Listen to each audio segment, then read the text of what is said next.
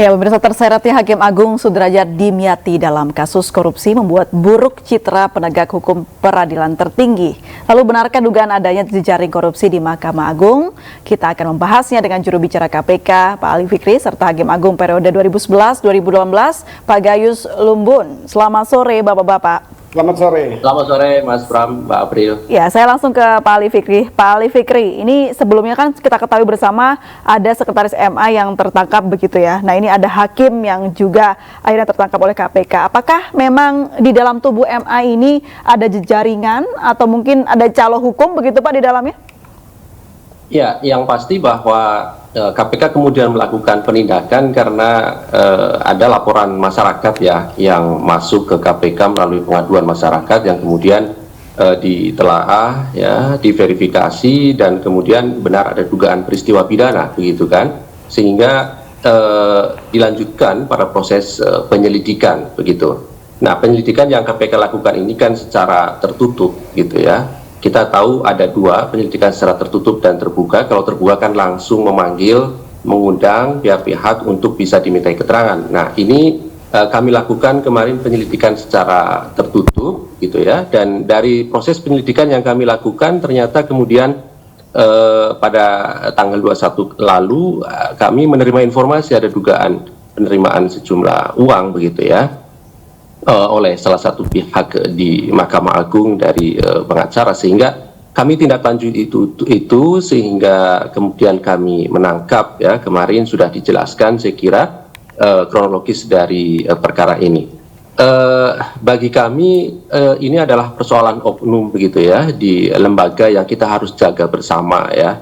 Mahkamah Agung sebagai lembaga yang harusnya memang kita bersama-sama jaga, tetapi kemudian ketika ada oknum di dalamnya dan itu laporan masyarakat juga masuk, pasti kemudian KPK tindak lanjuti. Nah, secara kelembagaan KPK dan Mahkamah Agung selama ini memang memiliki sinergi yang baik begitu ya, terkait dengan kelembagaan. Oleh karena itu kemarin kehadiran dari Mahkamah Agung dan Komisi Yudisial juga tentu menjadi penting begitu ya. Karena langkah-langkah komitmen upaya pemberantasan korupsi utamanya di sektor penegakan hukum harus dilakukan bersama begitu ya, secara kelembagaan, baik itu Mahkamah Agung ya, ataupun aparat penegak hukum lainnya tentu, dan dalam hal ini juga Komisi Yudisial begitu kan, memiliki peran yang penting di dalam pengawasan hakim-hakim di lingkungan Mahkamah Agung. Oke, baik. Kita ke Pak Gayus. Pak Gayus, nih kita ketahui sebagai mantan seorang Hakim Agung juga nih, dengan adanya penangkapan Hakim Agung DMA ini, menurut tanggapan Pak Gayus seperti apa ini? Ya, pada mulanya ini sudah hari ketiga, jadi tidak ada rasa kaget lagi, tidak ada rasa kecewa ya. Tapi kenyataannya seperti ini, dan berangkat dari kenyataan inilah kita mulai menelusuri untuk membangun kembali ya. Ini sudah jelas kerapuhan ya, disebut sebagai benteng keadilannya rapuh ya. Tentu ini bukan mengherankan, penegakan hukum atau penegak hukum yang dimulai dari kepolisian di depan itu, kemudian kejaksaan, itu semua bermasalah sekarang termasuk KPK. KPK pimpinannya kan juga bermasalah, salah satunya yang sekarang sedang proses saya pikir, atau kedudukannya sudah tidak lagi, tapi perkara masih ada. Jadi memang rapuhnya ini rapuh di penegakan hukum ya, bukan hukumnya atau bukan keadilannya. Ini kita ikuti terus ya, bagaimana ada disebut nama beberapa petinggi di Kejaksaan Agung juga. Kalau KPK ini kan di luar penegakan hukum yang umum, ini kan spesialis atau extraordinary body maupun tugasnya. Nah, bagi saya sekarang ini saatnya kita mencari persoalan, mencari masalah apa sehingga ini mudah-mudahan menjadi pertama ya, ada Hakim Agung ditangkap oleh KPK, dan saya mengharapkan terakhir kalau kita bisa mengatasi dengan baik secara bersama-sama. Saya akan mengatakan bahwa dakwaan ini atau sangkaan ini mendapatkan Hakim Agung tersebut sebagai orang yang terkait dengan suap. Kalau saya bicara suap, maka ini bukan gratifikasi. Kita harus membedakan dengan tegas walaupun hampir sama. Kemudian kalau suap ini diatur di KUHP, yang satu diatur di Undang-Undang Tipikor di pasal 12, 1 dan 2 dan 3. tetapi ini mempunyai gramatikal yang tidak sama. Kalau suap ini kan ada kesepakatan, ada satu perjanjian dengan menerima ini akan apa yang dilakukan. Ini suap. Kalau gratifikasi berbeda, dia hanya menerima ya mungkin tidak dengan kondisi kesepakatan. Ini meeting of mind. Ini, Jadi artinya ada tawar-menawar di situ ya Pak Gayus ya? Ya, ada tawar-menawar, ada kondisional. Nah, inilah yang ditakuti banyak pihak sehingga perlu KPK itu dengan teliti memahami suapnya itu apa. Yang pertama, tentu ini menyangkut bukan satu hakim saja, minimal 3 hakim sebagai majelis di situ. Kemudian kalau di maklumat nomor 1 tahun 2017 itu di pasal 4 mengamanatkan kalau terjadi penyimpangan hukum oleh hakim atau aparatur peradilan maka ini berjenjang, diperiksa semua ini. Tapi kan MA juga ada pengawasnya Pak Gayus. Apakah pengawasnya tidak bekerja dengan maksimal? Itu artinya? Nah, pengawas hal yang lain. Kita masih fokus dengan kasus. Kasus ini harus diteliti secara lengkap. Termasuk ketua kamar kalau perlu, karena ini maklumat MA begitu pengumumannya seperti itu bunyinya. Jadi bagi saya kalau mau lengkap terbongkar semua, tadi saya mendengar bagus sekali dari ICW itu ulasannya, dibongkar semuanya agar ini menjadi momentum yang tepat, ini menjadi blessing in disguise, menjadi berkah yang terselubung. Kita sedih dengan keadaan ini, tapi ini ada berkah memulai. Saya ketika masih aktif mencuatkan berkali-kali ya bahwa ini sebaiknya ditata seperti ini. Tadi saya masuk pada pengawasan. Bagi saya bukan pengawasan, pembinaan yang penting. Pembinaan itu ada di hati. Dibina supaya hatinya itu tidak punya niat. Baik. Kalau pengawasan itu sudah banyak pengawasan kita lah. DPR pun mengawasi kita. Yang hari ini ikut juga bersuara menyalahkan. Padahal itu kan kewajiban mereka. Juga saya pengawas eksternal. Nah, ini saya pernah di Komisi 3 juga 10 tahun saya di situ. Saya bermitra dengan MA ketika saya belum masuk MA. Itu ada pengawasan bukan anggaran saja, kegiatan. Kami sering rapat koordinasi dengan MA ketika itu. Jadi bagi saya yang penting ada pembinaan, karena itu ada di hati untuk tidak melakukan niat itu tidak timbul walaupun ada godaan. Nah, bagi saya di MA itu ada tua dawas, ketua muda, itu ada pimpinan itu. Apa kerjanya selama ini? Baik. Oke, kita ke Pak Ali Fikri. Pak Ali, ini dengan adanya kasus ini apakah menjadi awal mula nanti KPK akan mengendus kembali sejumlah jual beli perkara di sejumlah lembaga hukum lainnya? Ya, tentu terkait dengan perkara ini perlu kami sampaikan ya Mas Pram, April. Jadi ini kan kemarin baru permulaan ya, dari adanya bukti permulaan yang cukup untuk naik ke proses penyidikan dari tangkap tangan 1 kali 24 jam. Tentu kami tidak akan berhenti dalam satu titik, kami pasti akan kembangkan lebih jauh ya fakta-fakta informasi yang ada gitu ya. Kemudian yang kedua, yang terpenting adalah kemudian bagaimana upaya-upaya pencegahan ya, pencegahan preventif dan edukatif itu tentu menjadi penting. Kesempatan ini kami ingin sampaikan bahwa sesungguhnya KPK juga telah melakukan kajian terkait dengan mengenai bagaimana terkait dengan penegakan hukum ya, utamanya ketika kita berbicara mengenai aparat penegak hukum. Saya ingin bacakan beberapa poin ya terkait dengan hasil kajian dari Stranas PK ya, Stranas Pencegahan Korupsi yang dilakukan. Yang pertama adalah ada belum optimalisasi koordinasi antar penegak hukum dalam penanganan perkara. Nah, khususnya pertukaran informasi dan data lintas aparat penegak hukum. Nah, ini juga tentu menjadi relevan dan menjadi titik rawan korupsi pada pengurusan perkara ya, karena ini kan modusnya terkait dengan pengurusan perkara. Karena jika ada data tersebut tentu akan mengurangi potensi risiko korupsi karena bisa saling mengawasi. Oke, kita bicara pengawasan dulu. Memang saya sepakat dengan Prof. Gayus tadi, pembinaan tentu menjadi penting. Tetapi dari sektor pengawasan juga saya kira juga tak kalah pentingnya, sekalipun kita tahu banyak lembaga pengawasan yang ada saat ini. Kemudian yang kedua, dari hasil kajian Stranas Pencegahan Korupsi itu juga masih terjadinya penyelewengan dalam penegakan hukum ya. Tentu ini menjadi PR bagaimana upaya-upaya edukatif ya, memberikan penyadaran. Nah, ini tadi Prof. Bayu sudah sampaikan, memberikan penyadaran kepada aparat penegak hukum kita ya terkait dengan ini. Kemudian nah ini pengawasan juga ternyata ada lemahnya independensi di dalam proses pengawasan dan pengendalian internal di lembaga. Ini KPK sudah menemukan ini, kajian-kajian ini ya, sebelum kemudian nanti kami melakukan penindakan ya.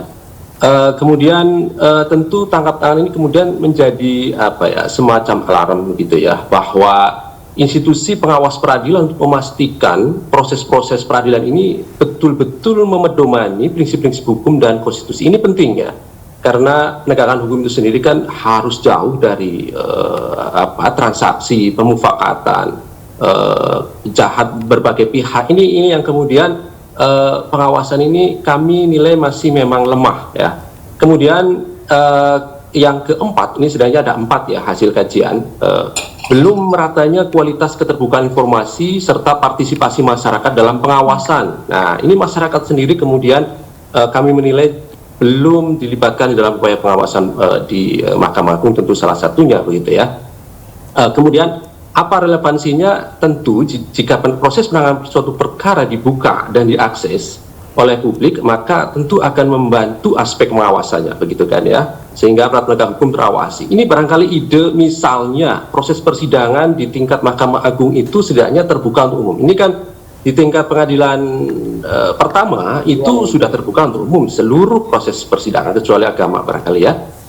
Di tingkat pengadilan tinggi saya kira tidak dilakukan, termasuk di Mahkamah Agung, walaupun kita tahu proses peradilan itu asasnya terbuka untuk umum. Nah, tetapi kan kemudian prakteknya yang kami tahu tidak dilakukan atau jarang ya. Barangkali nanti Prof Gayus bisa cerita terkait ini, bagaimana proses-proses perkara di Mahkamah Agung, karena tentu kajian KPK sudah masuk ke proses-proses ini begitu ya. Artinya apa? Apa yang kemudian dilakukan sebagai rencana aksinya dari KPK sebelumnya telah menemukan kajian-kajian, hasil kajian yang saya sebutkan tadi. Makanya kemudian kan sekarang sudah ada MOU sesungguhnya ya, yaitu penguatan sistem database penanganan perkara tindak pidana secara terpadu berbasis teknologi. Kita tahu ya ada SPPT-TI. Nah, ini kan sudah sepakat sebenarnya antar lembaga terkait dengan ini, bagaimana kemudian untuk transparansi di dalam informasi penanganan perkara. Pak Ali dan juga Pak Gayus, sebelum kita melanjutkan ini, kita informasikan kembali, mengingatkan kepada pemirsa, sebelum Sudrajat Dimyati di sejumlah penegak hukum terseret kasus. Nah, kasus tersebut mulai dari korupsi hingga pidana pembunuhan. Ya, pemirsa, berikut beberapa kasus yang menyeret penegak hukum dan menarik perhatian publik.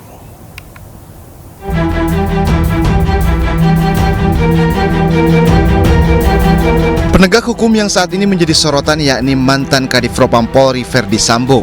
Ferdi diduga melakukan pembunuhan berencana terhadap ajudannya Brigadir Joshua Huta Barat.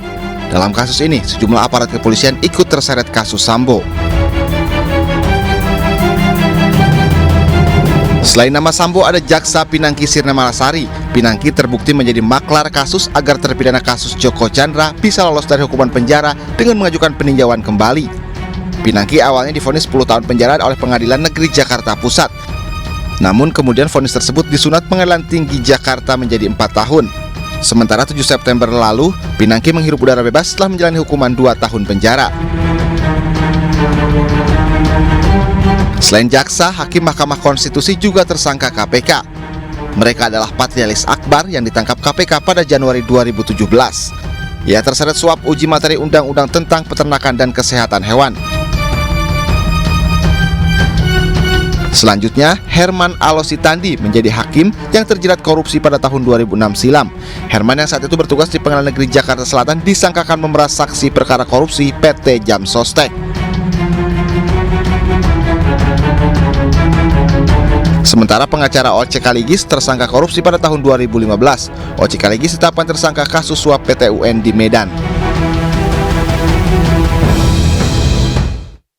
Ya, pemirsa, kembali di dialog sore kami hari ini. Pemirsa, masih ada Pak Ali Fikri sebagai jubir KPK dan juga ada Pak Gayus Lumbun selaku mantan Hakim Agung masih bergabung sama kami. Pak Gayus dan Pak Ali Fikri. Iya, Mas. Ya, Pak Gayus, ini banyak sekali sejumlah pilar-pilar di lembaga hukum ini juga terseret kasus korupsi ataupun kasus suap. Ini selama pengalaman Anda sebagai seorang Hakim Agung, memang apakah profesi seorang Hakim Agung itu sangat rawan sekali terseret dengan kasus suap seperti ini? Ya tentu, karena kami kan pemutus akhir ya, benteng terakhir itu Hakim Agung yang sulit sekali orang mendapat kesempatan menjadi Hakim Agung. Tahun ini hanya 1 diloloskan dari DPR ya, sekian puluh, sekian ratus. Kemudian tahun sebelumnya hanya tidak ada, ya. Ketika saya juga 170 hanya 5, 6 ya, dengan yang karier. Kami ini 6 orang dari 170. Memang tidak mudah mendapatkan hakim agung yang tepat duduk di Mahkamah Agung sebagai pemutus akhir, ya. Saya dari non karier, saya dari DPR ketika itu masih di Komisi 3, Komisi Hukum yang bermitra 10 tahun dengan Mahkamah Agung pun saya menjadi orang baru di sana. Nah, persoalan saya lihat adalah ada 2 wilayah besar yang perlu diawasi nih kalau ada yang mau menjadi pengawas, yaitu bagaimana administrasi peradilan itu di bawah kesekjenan Mahkamah Agung disebut sebagai sekma. Ya, ini juga bermasalah, akhirnya pimpinan teratasnya. Kemudian baru peradilan, sistem peradilan. Ya, jadi ada 2 wilayah di bawah panitra MA. Panitra MA itu orang kedua sebenarnya, bukan wakil ketua Mahkamah Agung. Panitra MA, seperti panitra di pengadilan-pengadilan di bawah Mahkamah Agung. Nah, dari 2 wilayah ini, tadi saya mendengar dari Pak Ali Fikri bahwa sidangnya tertutup sehingga orang mungkin terkejut, kok tiba-tiba menang atau kalah. Kalau yang menang nggak kaget mungkin ya dengan situasi seperti ini dan contoh yang terjadi. Tapi yang kalah itu kan terkaget-kaget itu, karena tidak pernah melihat persidangannya. Lafal kami sama, dibuka dan terbuka untuk umum, tok, sama dengan di bawah kami. Tetapi tidak ada masyarakat. Jangan heran kalau ini yang saya alami, karena tidak mungkin Mahkamah Agung itu punya space, punya ruangan yang cukup untuk belasan ribu perkara dalam setahun. Tidak mungkin. Sebesar apapun bagaimana membagi ruang sidangnya. Baik, Juga SDM-nya. Tidak mungkin. Tapi saya sebelum dicuatkan ini oleh banyak orang di KPK sendiri, masih zamannya Johan Budi atau bahkan Febri sebagai juru bicaranya, sudah diangkat ini masalah ini. Oke, baik. Saya kembali ke Pak Ali Fikri. Pak Ali Fikri, lalu terakhir bagaimana cara KPK begitu ya untuk saya lengkapin. Saya mengusulkan dari baik, mohon maaf Pak, durasi kita terbatas. Iya, terakhir kita akan untuk persidangan sehingga publik akan menanyakan apa perdebatan dissenting opinion itu. Baik, kita akan lanjutkan lagi perbincangan kita di lain waktu, Pak. Ini terakhir untuk ke Pak Ali Fikri, bagaimana cara KPK untuk mencegah adanya korupsi terutama di pilar-pilar penegakan hukum? Singkat saja, Pak. Ya, yang pasti bahwa saat ini sesungguhnya dengan MA sendiri sudah ada dengan penegak hukum yang lain juga ada MOU begitu ya.